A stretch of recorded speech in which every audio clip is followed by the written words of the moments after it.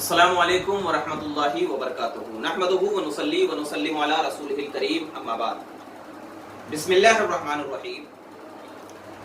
مسئلہ یہ ہے کہ کون سی احادیث کا انکار کرنا کفر ہے اور کون سی احادیث کے انکار سے انسان کافر نہیں ہوتا۔ سب سے پہلے تو مسئلہ یہ ذہن میں رکھیں کہ اگر کسی شخص نے مطلقاً احادیث کا انکار کر دیا تو وہ کافر ہوگا۔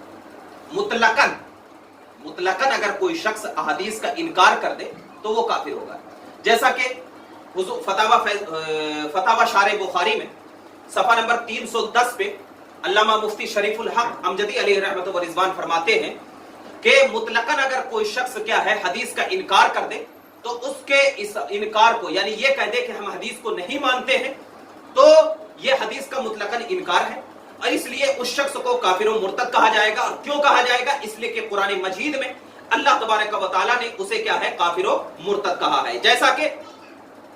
قرآن مجید کی آیت نمبر 65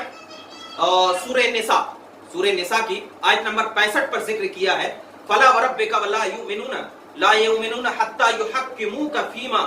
شَجَرَ بَيْنَكُمْ ثُمَّ لَا يَجِدُوا فِي أَنفُسِهِمْ حَرَجًا مِّمَّا قَضَيْتَ وَيُسَلِّمُوا تَسْلِيمًا۔ فرماتے ہیں کہ تو اے محبوب تمہارے رب کی قسم وہ مسلمان نہ ہوں گے جب تک اپنے آپس کے جھگڑے میں تمہیں حاکم نہ بنائے، پھر جو کچھ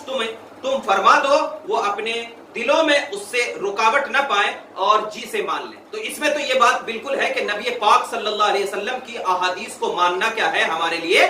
ضروری ہے۔ اگر اس کا انکار ہوگا تو گویا کہ یہ قرآن کا انکار ہوگا۔ یہ بات آپ بالکل ذہن میں رکھیں کہ مطلقاً احادیث کا انکار کفر ہے، لیکن اس میں تفصیل یہ بیان کی ہے علماء نے کہ مطلقاً تو احادیث کو اگر کوئی شخص کہتا ہے کہ نہیں مانتے ہم حدیث کو، یہ حدیث کیا ہے، یہ فلاں ہے، تو گویا یہ۔ لیکن اگر احادیث متواتر، احادیث کی کئی صورتیں، ایک احادیث متواتر اس کو کہتے ہیں کہ ہر دور میں اس حدیث کو روایت کرنے والے اتنے راوی ہو کہ ان راویوں کا جھوٹ پر متفق ہونا محال ہو جائے، اس کو احادیث متواتر کہتے ہیں۔ تو احادیث متواتر کا انکار کرنے والا اگر معلوم ہو کہ یہ احادیث متواترہ میں سے ہے تو اس کا انکار کرنے والا مطلقاً کافر ہوتا ہے، کیونکہ اس حدیث سے نص قطعی کا ثبوت ملتا ہے احادیث متواتر۔ اور اگر حدیث مشہور ہے وہ تو اس کا انکار کرنے والا اور معلوم ہو کہ یہ حدیث مشہور ہے تو اس کا انکار کرنے والا کیا ہے منکر اور گمراہ ہے۔ اس کا انکار کرنے والا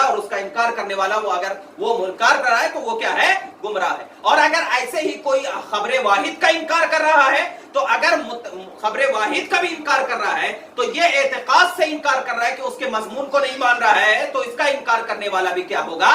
گمراہ ہوگا۔ تو ماننا پہلے تو صورت یہ ذہن میں رکھے کہ مطلقاً احادیث کا انکار کیا ہے وہ کفر ہوگا، لیکن اگر معلوم ہوتے ہوئے کہ یہ خبر متواتر ہے، یہ خبر مشہور ہے، یہ خبر واحد ہے، تو اس کو اعتقاد رکھتے ہوئے اگر انکار کر رہا ہے تو اس میں صورت ہوگی کہ اگر خبر مشہور کا انکار کر دیا تو گمراہ ہوگا، خبر واحد کا بھی انکار کر دیا تو گمراہ ہوگا، لیکن اگر خبر متواتر کا انکار کر دیا تو وہ مطلقاً کیا ہو جائے گا